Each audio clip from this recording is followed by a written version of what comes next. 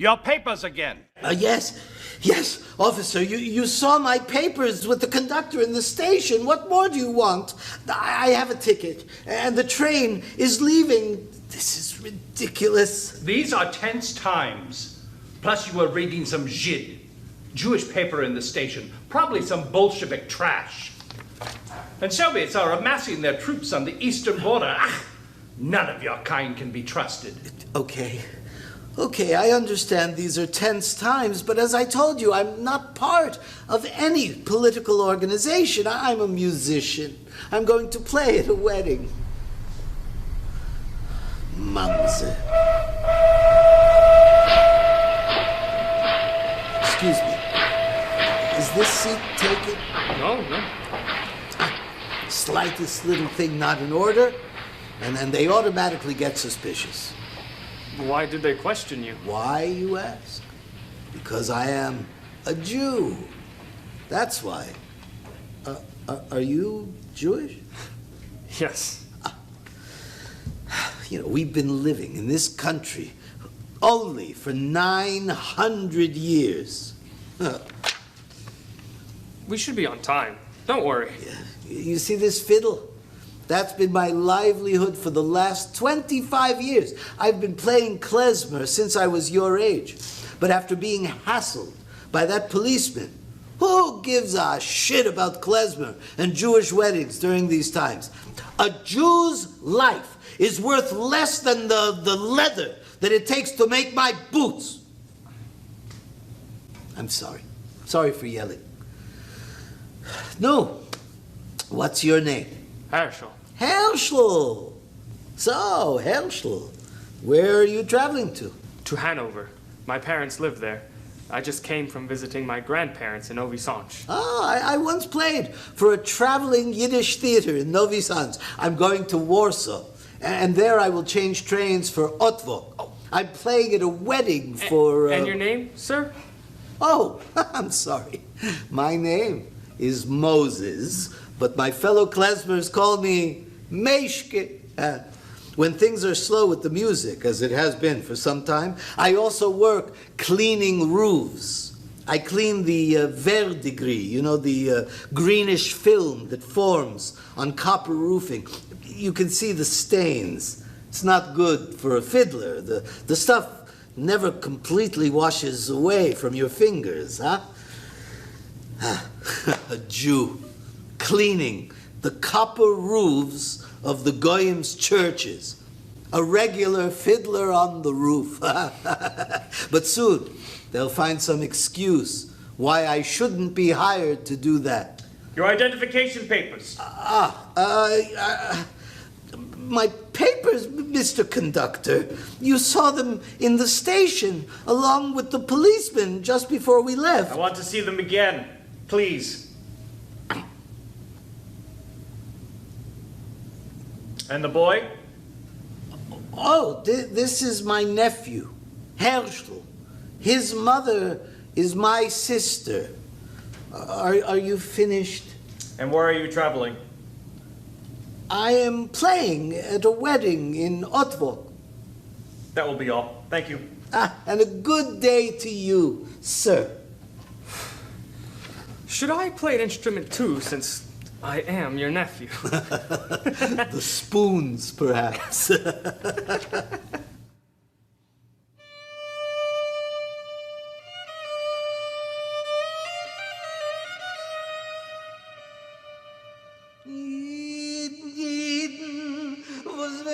Wird sein, Asacho Mensch und ein Purim.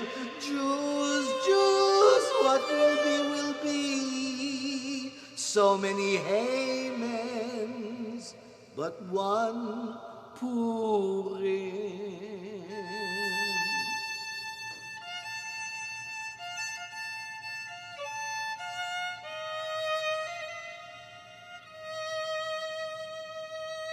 January 31st, 1933. Hitler becomes Chancellor of Germany.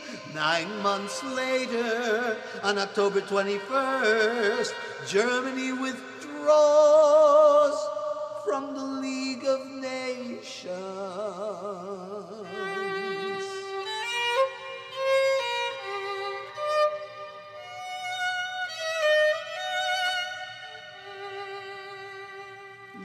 Even in North Africa, their hatred abounds for us.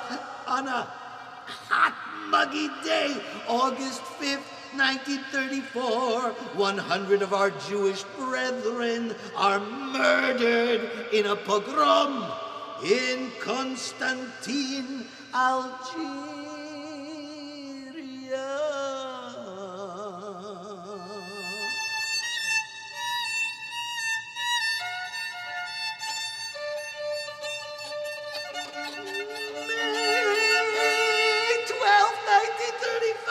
Our beloved President Joseph Pilsudski dies. And ever since, we have felt the constant discrimination, economic boycott, and physical abuse from our fellow Poles. May 31st, 1935, all Jews are banned from the German military. But on June 9th, in Grodno, Poland, during a pogrom, we fight back against the Goyim.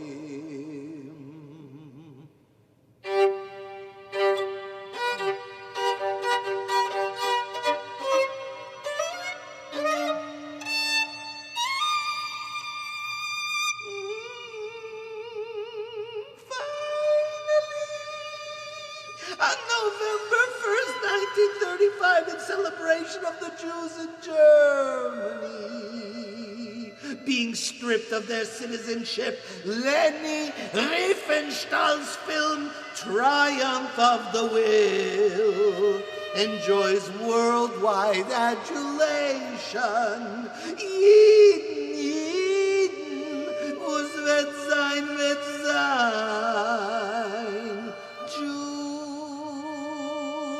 Jews, what will be, will be.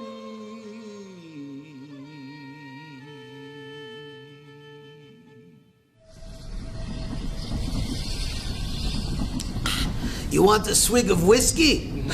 No, thanks. It's good that you don't drink. It's a nasty habit. My grandparents make their own pear schnapps. I have someone visiting. My mother's parents lived with us when I was your age, and I especially loved my grandfather, Grandfather Dufke. He was a barber by trade, and a feldsher, an old-time barber surgeon. Yeah, I never wanted to go to him for a haircut. I was always too scared. All those knives and the bankes, the hot glass cups, needles. He even kept a jar full of leeches in a drawer. Leeches? Ugh, how disgusting. Yes, but he made up for it with his beautiful voice. What he loved most was being a singer and a klezmer fiddler for weddings. Any and all weddings. For the Yidden, for the Goyim, it didn't matter. He gave me my first violin lessons. When he died, I inherited his fiddle. He must have known at least 1,000 tunes, and he could read music, unlike many klezmers. Once he learned a melody, he would burn the music in his fireplace, and while it was burning, he would play the tune on his fiddle. And he would say to me, Meyshke, my child, every new melody I learn is like a pusik. a chapter God himself gave me to learn. And just like I know the entire Torah by heart, a great Klezmer must know his entire repertoire by heart. Meyshke, give a cook, give a look. You see, my dear Meyshke, it's not playing, but praying on a fiddle. You remember that every note you play is a holy word being spoken by God himself. He is speaking through you and your instrument. Meyshke, play me a C minor Phrygish scale with long, good bows.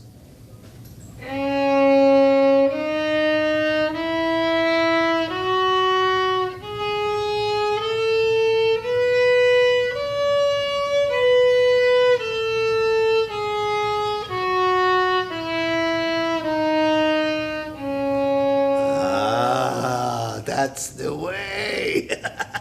Good, very good. Now, play me a D minor Phrygish scale with some embellishments, some sighs, moans, like garnish for a gefilte fish. Huh?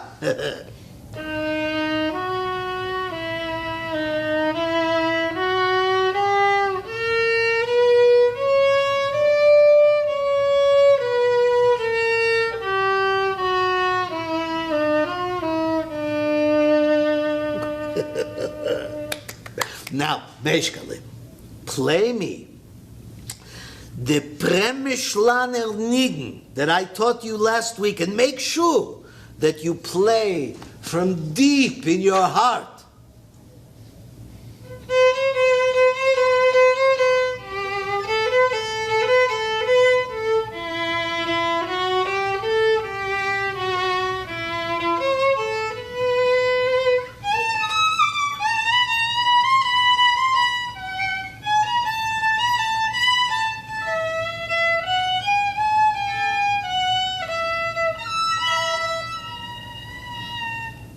Excuse me, Zayde.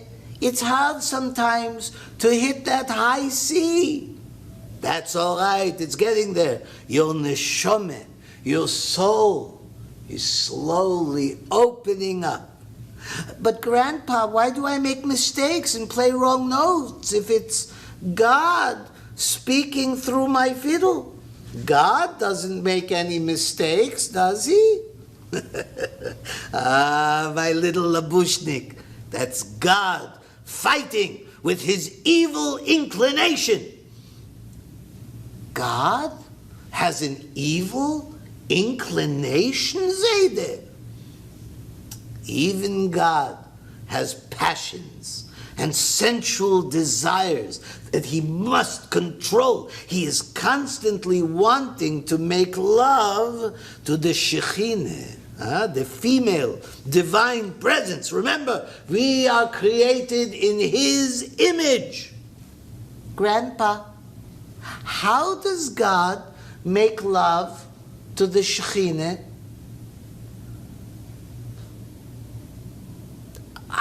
It's time for dinner. The lesson is over. Go and help your mother set the table.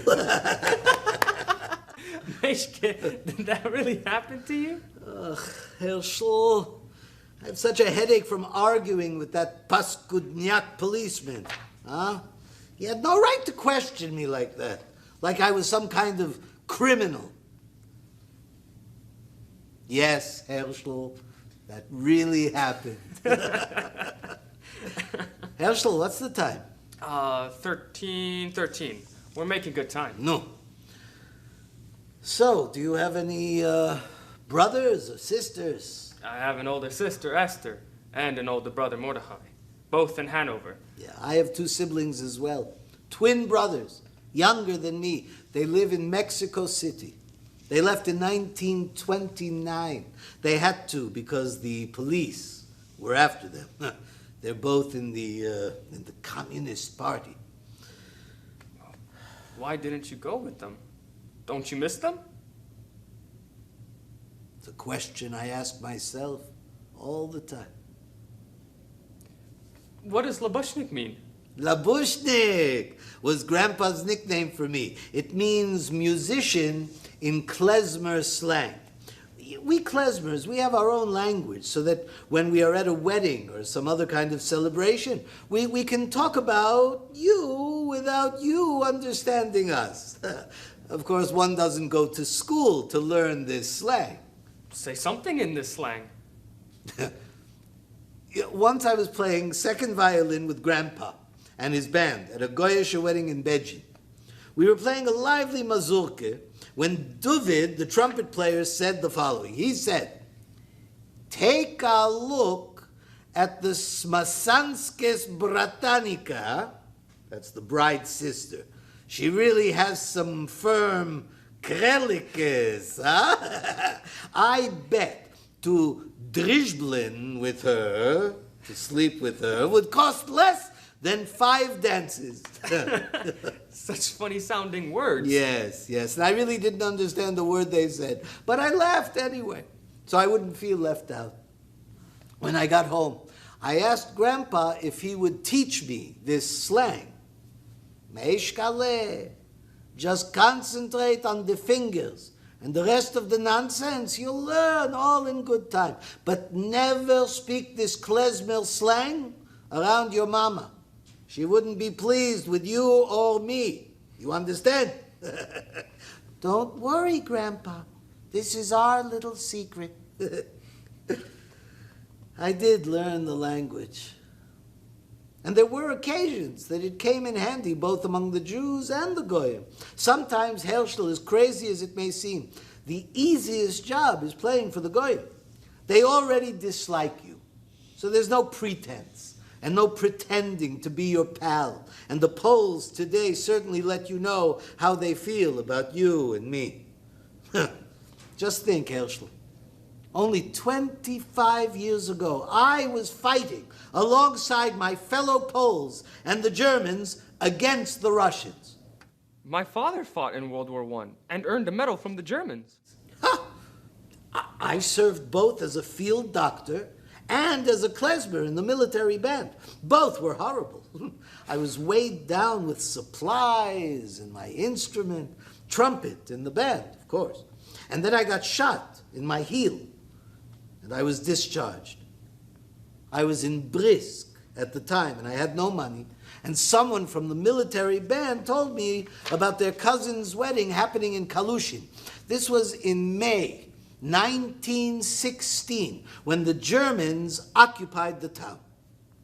There was already a klezmer band in Kalushin, but my old friend, Asher Eiserstein, the leader of the town's band, he asked me to join him since several of the klezmers had gotten wounded in an attack from the Russians a month earlier. Asher was a true virtuoso on his fiddle. He had studied formally, unlike myself, with a teacher, teaching him classical music. I could play some classical, but not like Asher. No, so here we are at this wedding in Kalushin.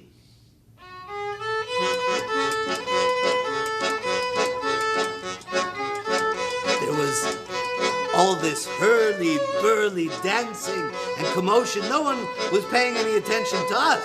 So Asher just decided he wasn't going to play. No, so he just stopped playing. So I quickly switched from playing accompaniment to playing the melody while the drummer kept drumming and Sonny Klezmer kept grating on his bass. Oh, Asher says, this isn't music. It's a mishmash. And what do they know? They're not even listening. I could play a bezim dance with a broom. They wouldn't know the difference. These people are such chazerim. They're pigs. Meyshke, get the attention of the bride and the groom. I would like to play something special other than this horse music. So then the band stopped playing and the guests quieted down. And Asher took his fiddle, approached the main table, and he began to play such a melody.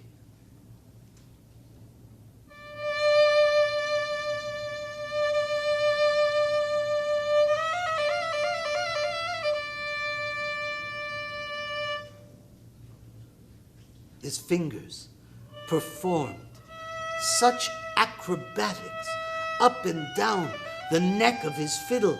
It was as if he had 7 fingers. And while playing, he rocked with his eyes closed as if in a trance. Oh, it truly was rapturous. And after he finished playing, he had tears in his eyes.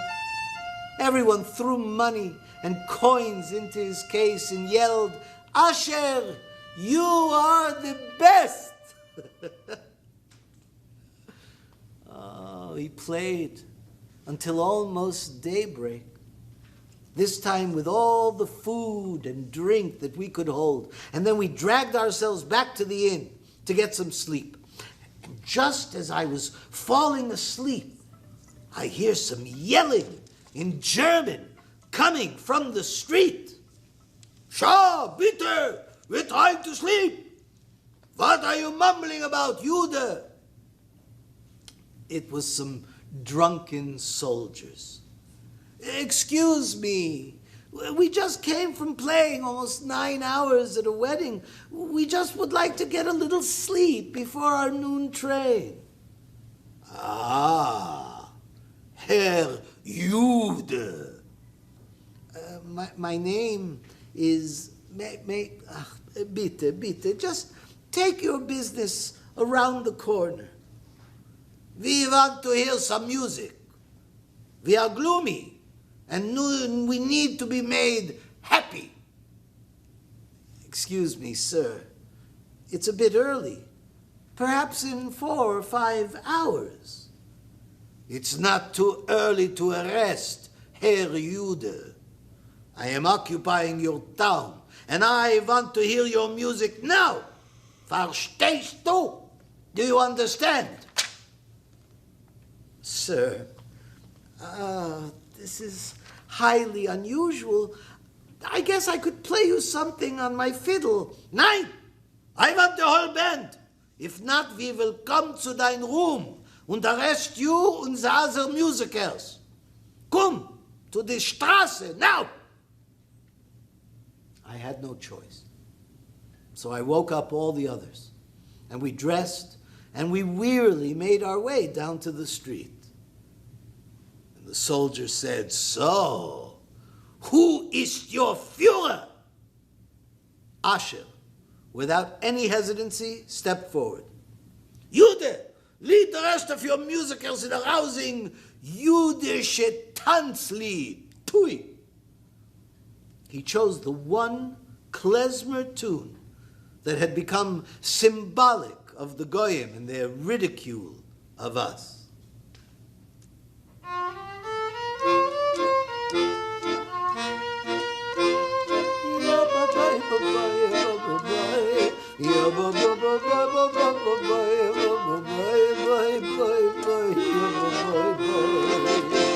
So while we played, I never once stopped staring into that pig's eyes. And then we finished, and then, "Herr Führer, das war schön, so beautiful." And the German soldier then threw a 5 pfennig coin at Asher's feet. And then the swine all began to laugh like hyenas. We turned around. We went back to our rooms. Remember, Herschel, you'll always know where you stand with these Germans. Herschel, how old are you? I am 17. I'll be 18 in March. You were scarcely out of your mother's womb when Pilsudski kicked the damn Russians out of our Poland in 21, and we got our independence. It only took 125 years. I celebrated, along with the rest of my buddies, with a flask of Slivovitz, made from my own plums. You know, I always believed... Papers. Take it. Yes, sir. All my papers are in order. Are you traveling to Germany in the near future? No, I have no reason to travel to Germany. I still have some work here in Poland. As you can see, officer, I'm a musician, and this is my nephew. We can't be too careful. The situation right now with Germany and us is very tense, with all of the trouble happening on the border in Zaboschen. Young man, your papers. Sir, what's the trouble in Zaboschen? Hitler expelled all of the Polish Jews who had been living in Germany. He claimed they weren't citizens. Poor bastards, those Jews. Trouble seems to follow them wherever they go.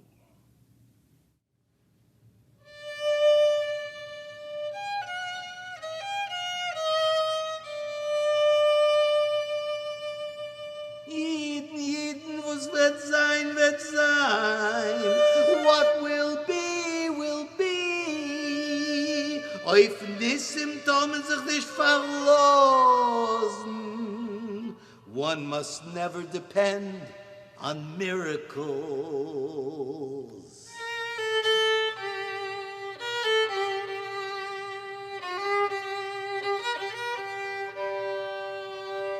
The fascist Iron Guard in February 1936 bomb a Jewish theater in Timisoara, Romania, killing 2 Jews. Then in March, after more pogroms in Poland, Cardinal Lund speaks out against Jewish usury, fraud, and white slavery,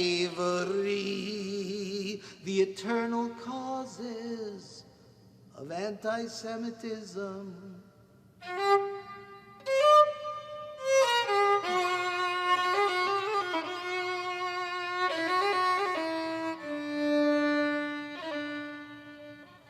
But to counter these Jewish ills, SS Heinrich Himmler is appointed on June 17, 1936, the chief of all police in Germany,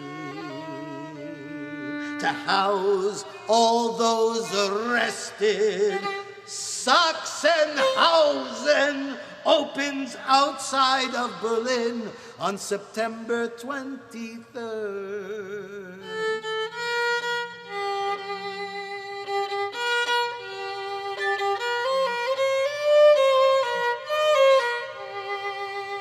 New Year's Day, 1937, a 25-year-old German doctor begins his research at the University of Frankfurt in the prestigious Institute of Hereditary Biology and Racial Hygiene. His name is Josef Mengele. Then in spring 1937, the clever Polish government investigates deporting all its Jews to Madagascar.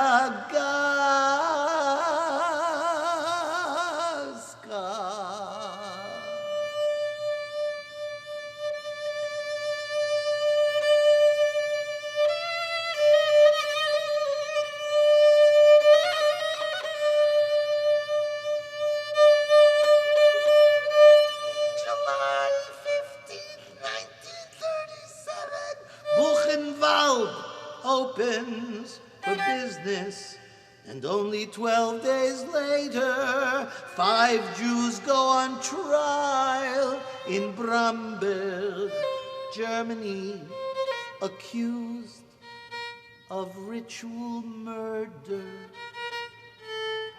And finally in Munich, on November 8th, 1937, the infamous exhibit Der ewige Jude, the the eternal Jew opens to the public.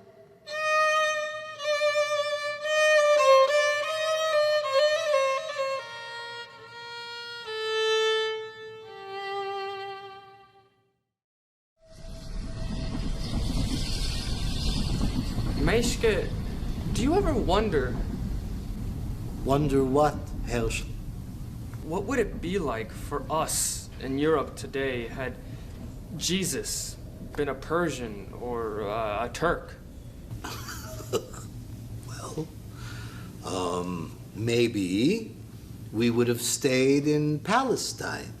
The Turks or the Persians would have defeated the Romans, and we wouldn't have become the wandering Jews of Europe. I play a little violin. Oh, It's my uncle's violin. good choice, Herschel. The Jewish instrument. What kind of fiddle do you have? It's a Czech violin. My Aunt Chava has been giving me some lessons. She and my Uncle Abe live in Paris. Paris? Your parents live in Hanover and you live in Paris? Huh.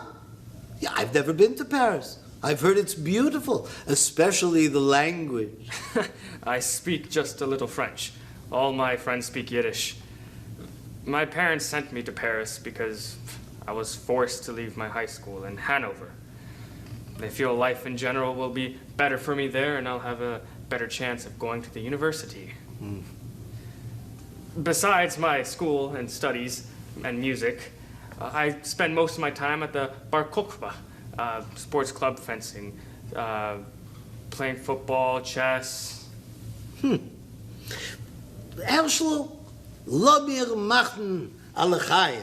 Huh? Let's do a toast for two Klezmers. One in training and the other onto new pursuits. Huh? I've always wanted to go to Paris. I'd go for any job. I'd even gladly play solo in one of those Parisian cafes on the banks of the Seine.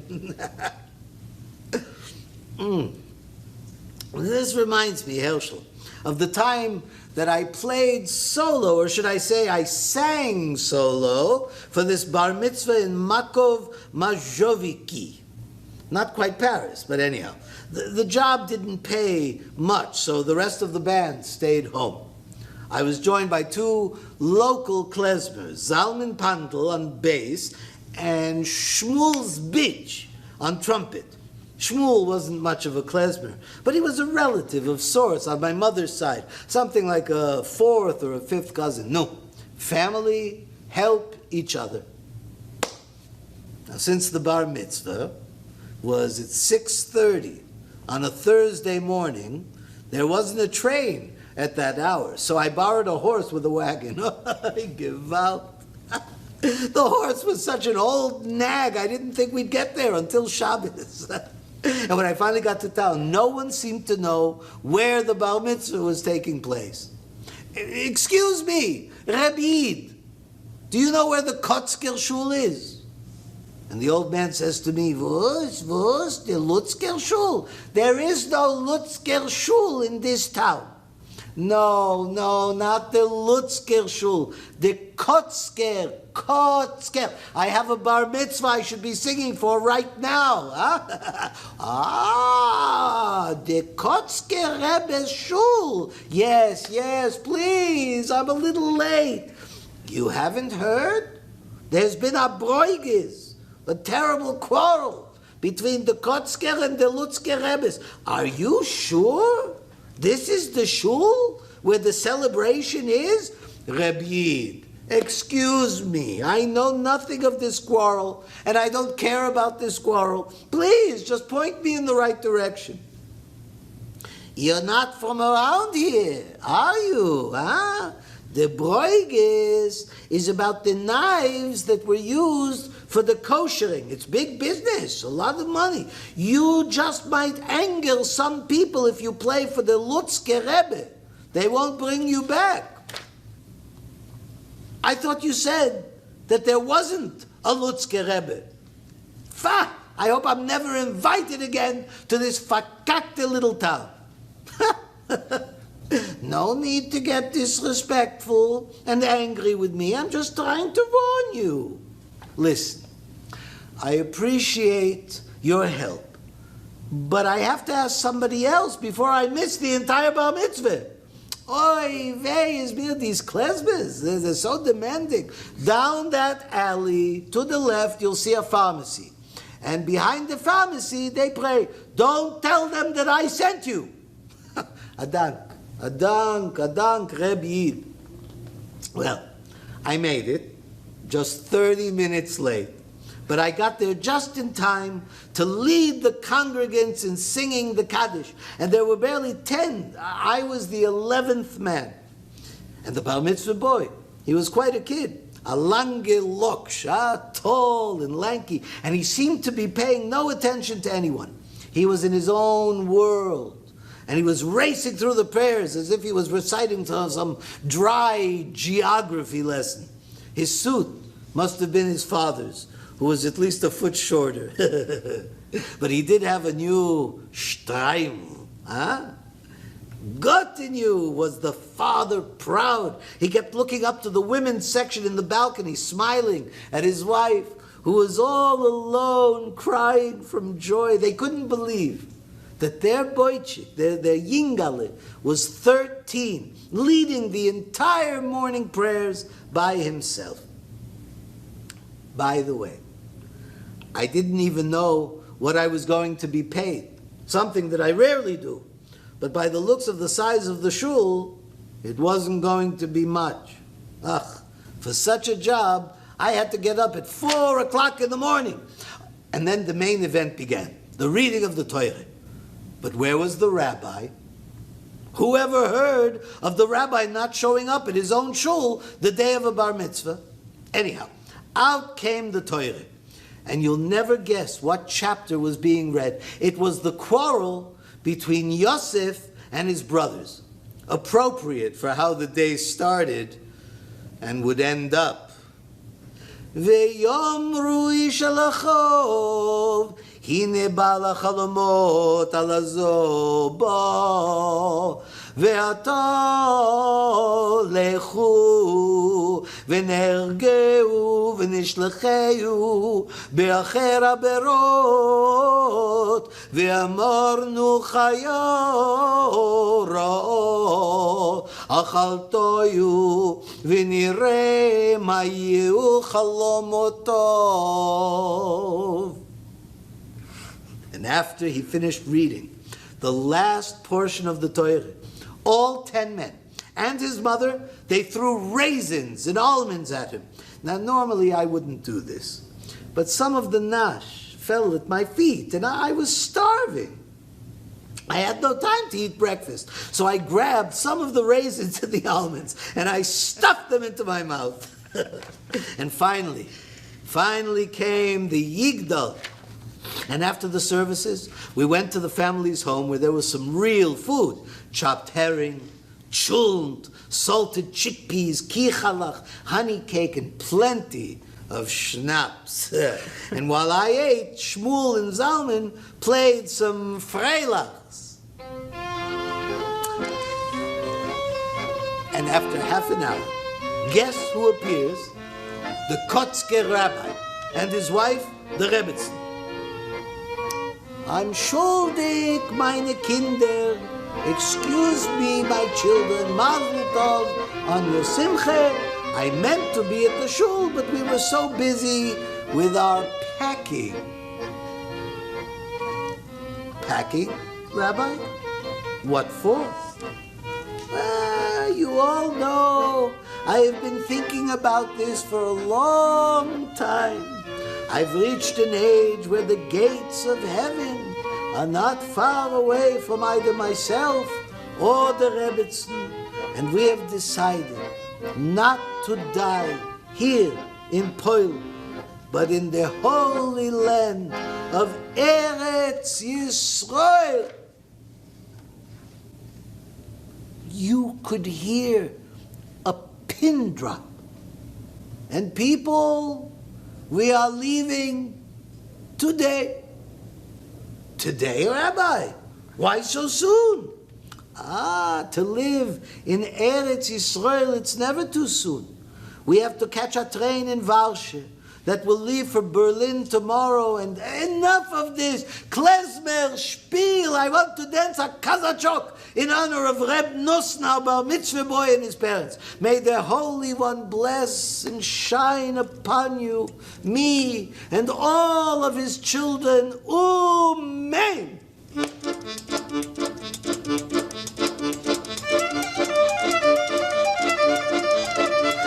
You should have seen this sight. This roly-poly rabbi with a little goat's beard who didn't know his left foot from his right. He's dancing a kazachok. I nearly pissed in my pants. And the celebrating went on for another hour. And then it was time for the Rebbitzin and the rabbi to leave.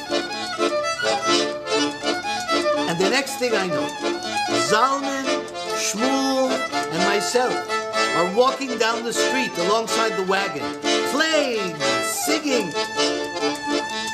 Rabbi, it's an honor to play for you. That will cost you... of course, the rabbi said. I don't expect charity. Just play for a half hour. My assistant will pay you. Well, is it possible to be paid now, Rabbi? Where is this assistant? Oh, I'm sorry, Reb Labushnik. I have no change. But don't worry. He will pay you. Did I say that I should never have come to this town? Well, the rabbi in his new silk long coat sat next to the coachman, while his wife sat in the back. And the whole town came out just to see them off. Good riddance. Finally, we stopped following the wagon because there was no room to move. It was so crowded. Everyone was dancing and crying and shouting and kissing and trying to shake the rabbi and the Rebbitzins' hands. Zalman, go get the assistant and get our bash. Shmuel, A minor. 1, 2, 3, 4. Der Rov fort weg, der Rov fort weg. Wir kischen, wir quetschen, wir lecken, wir schmecken, wir singen Halleluja, wir singen Halleluja. Der Rov fort weg, der Rov fort weg. A Feuler, a Pfeffer, a Moich voll mit Lecher. Wir singen Halleluja, wir singen Halleluja. Oi, der Rov fort weg, der Rov fort weg. A Chaser, a Schlosker, a Ligner, a Schwindler. Wir singen Halleluja, wir singen Halleluja, wir singen Halleluja.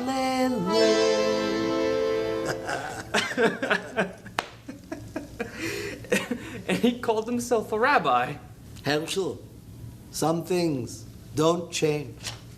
There will always be someone out there who will try and swindle the Klezmer.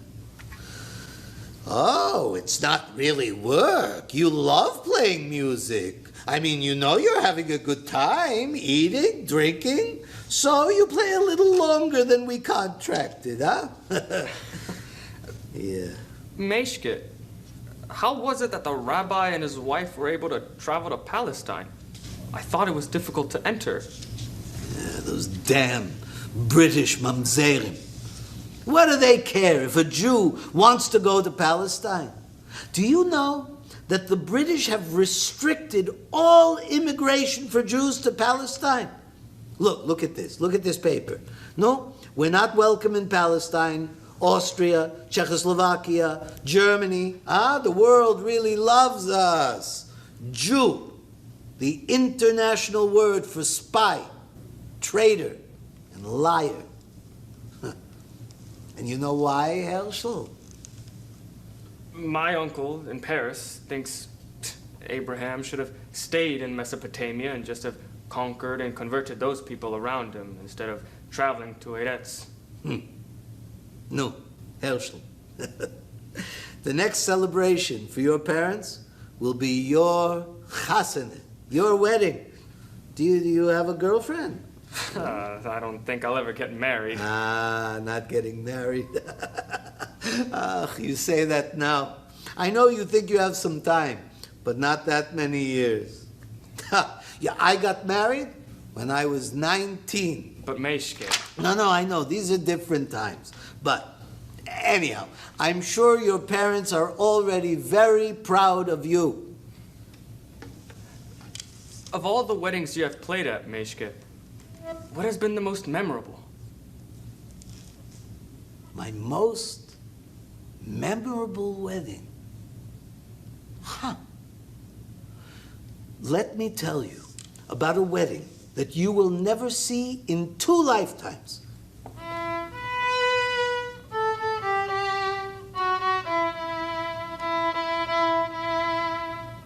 I had just taken a very long and arduous, crowded, hot train trip from Lemberg to Zhumsk.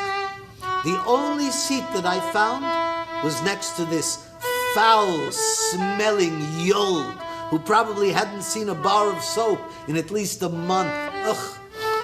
After arriving, I made my way to the inn. I unloaded my bags, and I went to find Rabbi Berenev.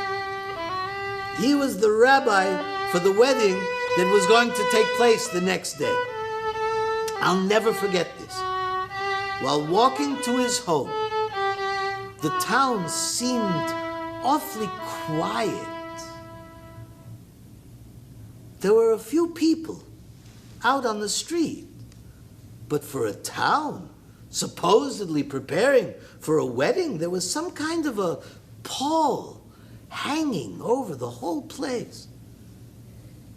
Mind you, I knew very little about this wedding. All I was told is that it was urgent. Come quickly and bring the band. So the rest of the Klezmer were arriving the next day. And as I walked to the rabbi's house, the humidity mixed with the stench from the town's river was unbearable. And at first, I thought this was why there was nobody out walking. The river stank from all the raw sewage that was being dumped into it. And as soon as I arrived at Rabbi Berenev's house, he pulled me inside, and he made me wash my hands and my face with soap and boiling water. Gewalt, Reb Meyshke, I'm sorry to have asked you to come to Zhumsk at such a time. What do you mean, Rabbi? Isn't there going to be a wedding tomorrow afternoon? You haven't heard? We are in the middle of große Tzures, great troubles. We are in the midst of a cholera epidemic. Oi, bist du Michiganer? You had me come to this disease-ridden town? Who in the hell would choose such a time to be married? And I gave you such a good deal. Oy, Reb Meyshke, please, calm down. We have tried everything. Doctors, spreading lime in the outhouses and on the streets, reciting psalms. We even had our women go to the cemetery to pray and ask the dead for some answers. Rabbi, praying to the dead? Listen, we don't have much time. I have decided that the only possible remedy for such an epidemic is to make a schwarze chassid, a black wedding, in the cemetery with an orphan bride. Apparently we have done something to anger God, some sin, something. And there is this custom where if one can bring happiness to even the lowliest of people in the eyes of the Almighty during such dark times, then all will be forgiven. Excuse me, Rabbi, I don't mean to be disrespectful, but a wedding? A black wedding in a cemetery during a cholera epidemic in the entire town? You really needed to call me? Even the lowliest of the low deserve to be sent out into the world with joy. I was ready to turn around and take myself out of Zhubsk, but I guess he knew what he was doing. I hoped. There was one more thing they forgot to tell me, Herschel. They hadn't found a bride yet. The groom, the matchmaker found quickly. It was Peretz the fool, blind in one eye, lame in the right foot, and a stutterer. He was at least 30, and he had a sick mother. Oy, Gewalt, such a catch. He went around every Friday with a sack collecting challah and other bread for the whole week. They were very poor, so people would give him a coin, a piece of fish or meat, and this is how he and his mother survived from week to week. Now, when Peretz would come to a house with girls, they would tease him by asking if he wanted to marry any one of them. And proudly he would answer, yes, yes. And then he would try to kiss them. And they would run away screaming while he tried to chase them. Yes, yes. No. So that night, the matchmaker found the bride. She limped with her left foot, had a right hand like a claw, was a tiny bit deaf, and she had two very red eyes. It was Bashert, a match made in heaven. Meyshke, this can't be true. No, I swear, on my mother's grave. Immediately the groom fell in love. Yes, yes. But the bride had no dowry. And Peretz's mother didn't think that it was fair for her son to marry and not receive any dowry. So the town desperately wanted this wedding to happen. It might be the special act that God wanted, and the epidemic would finally end. And so the town collected 100 rubles for the dowry. And they gathered the wedding clothes, and they prepared all the food. The wedding was set for 2 p.m. I got there a little early to prepare. I wasn't quite sure what tunes we should play. Herschel, let me tell you, I have done a lot, and I have seen a lot over my many years, but I hadn't ever played at a wedding held in a cemetery.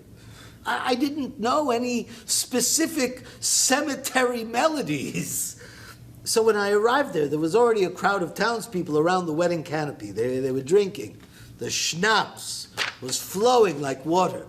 And my band, they led the bride and the groom from the town square to the cemetery.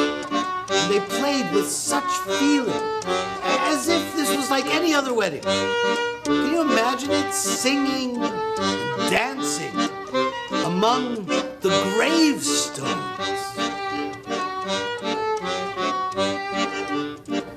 There go the bride, a beauty and a happy one. There goes the groom, a fine one with soul. All husbands, all wives, come to dance and make merry with them. All husbands, all wives, come to dance by the tombstones. Let loose all guests, eat and drink with the best. Let loose all guests, grandmothers, grandfathers, old people. There goes the bride, a beautiful housekeeper.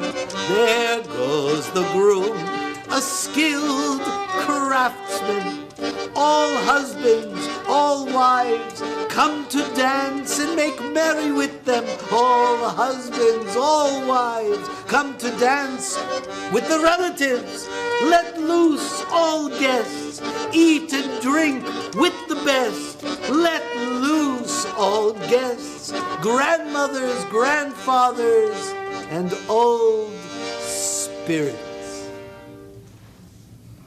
I don't think that I have ever seen a couple so in love, so delighted with each other.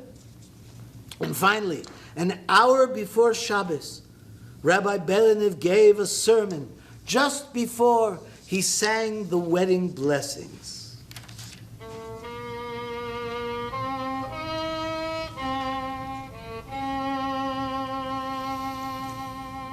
This couple represents all the Jews of Zhumsk and the arduous lives we have lived for centuries.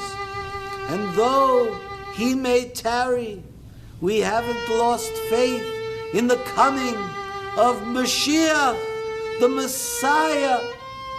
May the Almighty please hear our prayers and shine down upon these children of yours with their unfortunate lives, and hope they may never be witness to misfortune again.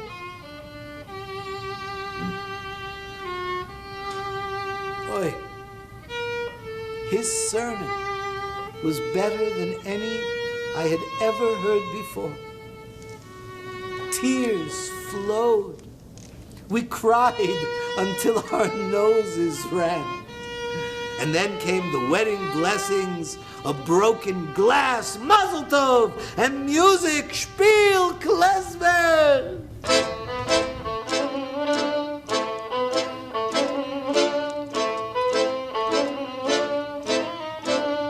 Rest assured, Herschel. Rest assured, the next day, immediately after Shabbos, we were on the first train out of Zhumsk. Not that I don't have faith in the Almighty above, but let's just say, one can never be too careful. Did the epidemic lift? Well, I heard a few weeks later there was less and less illness. Maybe it was because the weather got cooler, or maybe... Was that Celts? Herschel, how long have we been sitting here? What time is it? It's 1848. Wait, about. We're running late now. Damn it! Ach, we were making good time. I have to make that connection in Warsaw. If I'm not on that train, they will assume that something happened to me and they will leave immediately. No, Herschel, you're not too young to not be aware of the current political crisis. Every now and then, reading Paris, a newspaper. We get all the newspapers and know what is happening. I belong to the Jewish Bundes youth group called Zukunft, the future, and that is all we ever discuss these days. That is why I am traveling to Hanover. I want to convince my parents to return to Paris with me.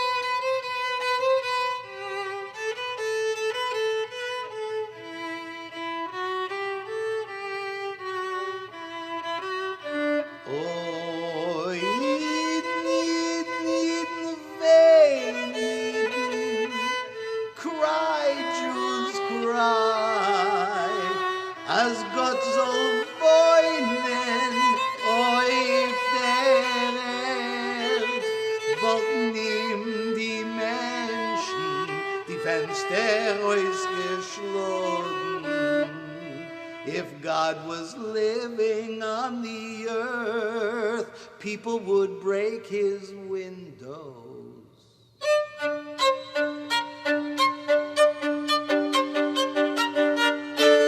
January 1938, Dachau is enlarged. January 21st, Jews in Romania no longer are citizens. March 12th, Germany occupies Austria. April 23rd, Jews are rounded up in Vienna and forced to eat grass. Some die of heart attacks. On April 29th, my Aunt Masha is murdered in a pogrom in Vilna.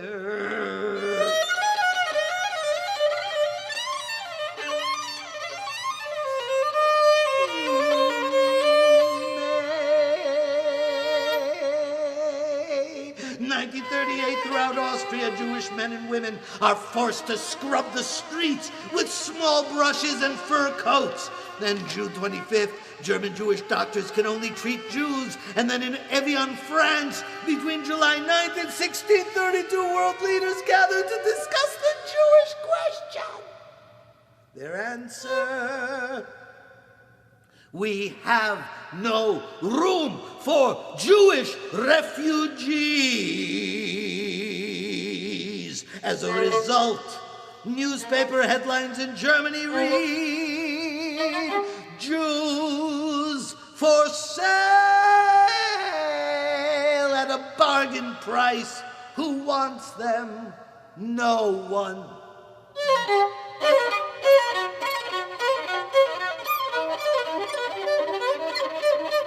July 30th, 1938, Henry Ford accepts the Medal of the Grand Cross of the German Eagle from Hitler.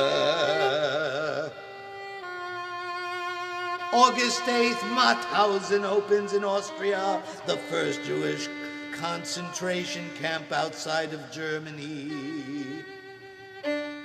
August 17th, all male and female Jews in the fatherland must assume the names Israel and Sarah. September 26th, the Sudetenland is annexed.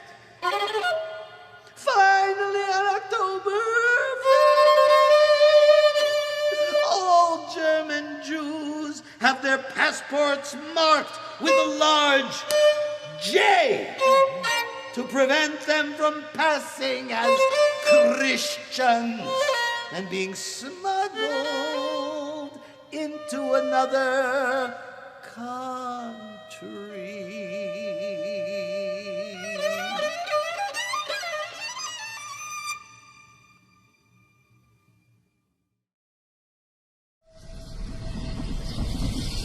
Herschel, try my fiddle.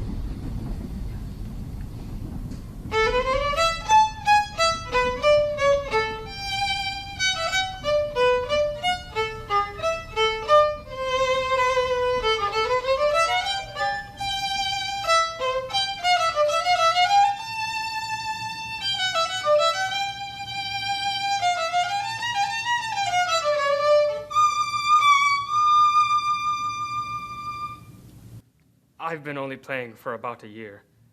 Here, can you show me how to play a husadel?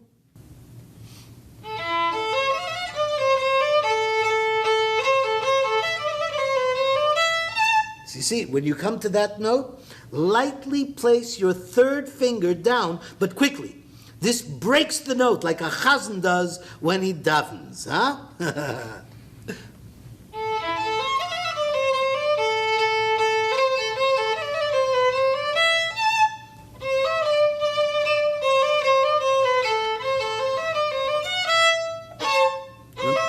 Remember, when you play the fiddle, it's as if you are praying on the instrument, not playing, but praying. Remember this.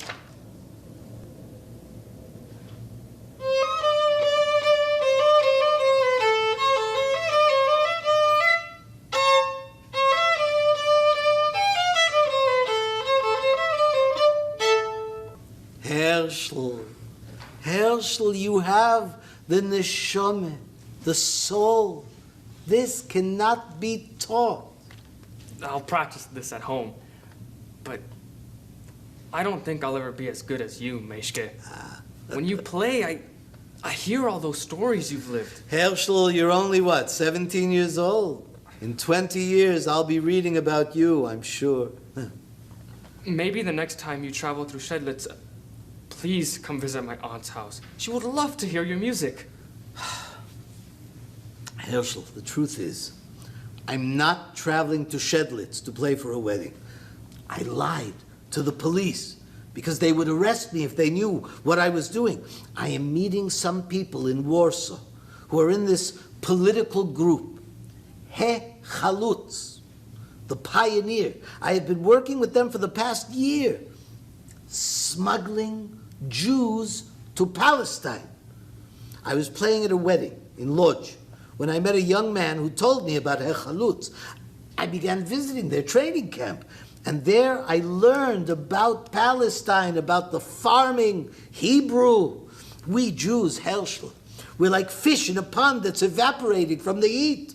The pond is getting smaller and smaller, and we can't wait for another good rain. Speaking about drought, it's been over a month since I played at a wedding. My father is a tailor, and business has been very poor. And that's one reason why my parents sent me to live with my uncle in Paris. Everyone is hurting financially and worried what's going to happen next with Germany. And for us, Yidden, anti-Semitic boycotts are strangling us economically. Herschel, my mother's brother, my uncle Ari, lived in Mannheim for 15 years. He was a teacher in a gymnasium, and he spoke German perfectly. And you know what? He, along with 17,000 other Polish Jews who were living in Germany, were deported, pushed out and sent to Poland just 6 days ago, October 27th. Remember the policeman said there was some trouble in Zbozin? Well, the Jews were sent there. The Polish authorities pushed them into old army barracks on the border in Zbozin because the government doesn't want them either. And those damn Polacks revoked the passports of all Poles who have lived abroad for more than 5 years. After all, they weren't Poles, they were Jews. Herschel, your parents might be among those deported. Why would the Germans do this? My parents moved to Germany 27 years ago. You're young, strong, and clever, Herschel, but Europe has no need for you. Hell, they don't have a need for an old Klezmer like me. Listen, have you ever heard of Hashomer Hatzair, the socialist Zionists? They're working with He Chalutz. They're the only answer, Herschel, to the world in their fakakte eternal Jewish question. I have orders to go to Zbozin to help smuggle those Jews who want to get to Palestine. Look, don't worry. Don't worry. Herschel, if your parents are there, I will help them. Look. You see this Grynszpan, this verdigris? It's acetic acid, a poison.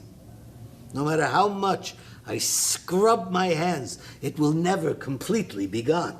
It's the same with the Goyim's hatred for us. We are the verdigris on this continent. But my father fought for the Germans in World War I. I mean, he loves German literature, music. He even tries to speak only German and very little Yiddish. All right, here. This is my address, and here, you write your address down there. Herschel, I know that you are worried about your family, but let me tell you something that happened to my Zayde, Dufke, a story that will give you strength. He told nobody this story except for me, just before he died. This goes back 34 years. My Zayde was playing with his band at a wedding in Lemberg, a regular wedding outside, next to the shul during Pesach, when all of a sudden they heard screaming and yelling coming from down the street. And then from around the corner, they saw Jews running towards them, crying, splattered with blood. It was a pogrom. The damn Ukrainian Cossack bastards on foot and on horse were going from house to house, pulling Jews out and murdering them, knifing, shooting, while the police did nothing. And just then, my Zayde, he saw an old friend, a Gentile musician who in the past had played in his band. So he quickly took my Zayde and the band through an alley into the shul. And there they joined others in the shul cellar, where they barricaded themselves for 9 hours. What happened to the wedding couple? The bride fell down while running away. And the groom, he went to help her. Both were murdered. Can you imagine what it was like in that cellar? No light, no toilet, afraid to whisper, even to breathe. 9 hours they heard the incessant crying and screaming from the Jewish women, while those bastards raped them in the shul, surrounded by the burning Torahs. And while they all sat in the cellar, not knowing what happened to their loved ones, my Zayde decided to sing a song to calm the people. He told me he learned it when he was a young boy, just like you, Herschel. Wollt ich gehad koyach, wollt ich gelaufen in die Gassen, wollt ich geschrien Scholem, Scholem, Scholem, Scholem. And then Herschel, in that cellar of fear, my Zayde added these words. Wollt ich gehad koyach, wollt ich gekämpfen in die Gassen, wollt ich geschrien Eretz, Eretz, Eretz, Eretz.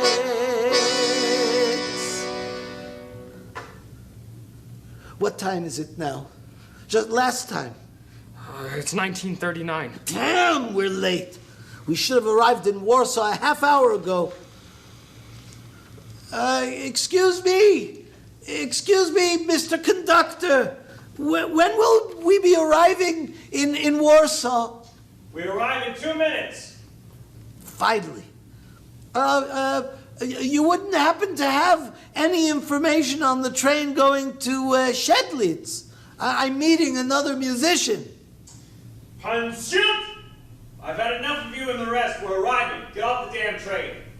My name is not Panjit. It is Meyshke.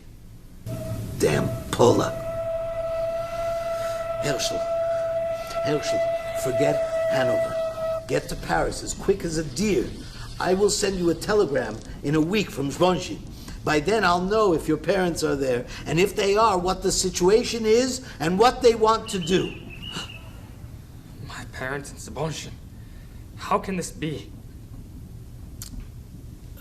Gewalt. Herschel? I think those are the police out there. Shit. We're coming into the station. I've got to get to the Shedlitz train without them seeing me. What can I do? Can I help you?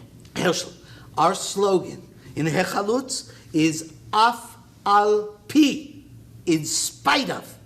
In spite of everything, we are smuggling Jews to Palestine, from the Black Sea through Romania, and from Bratislava down the Danube. We have some ships there. I can help you and your family. You have my address, and I have yours. Your papers at once! What seems to be the problem, officer? I'm traveling to Shedlitz. Look, I have my tickets and my seats already. You're not going anywhere, Zhid. Now hand me your papers. I've answered all your questions. Please, I have to go catch my train. What is this all about? Dear, here are my papers. They're all in order. You need to come with me now. And this kid? No. I don't know this kid. I've never seen him. Is that your violin? The violin is his. Remember, Af al P, in spite of.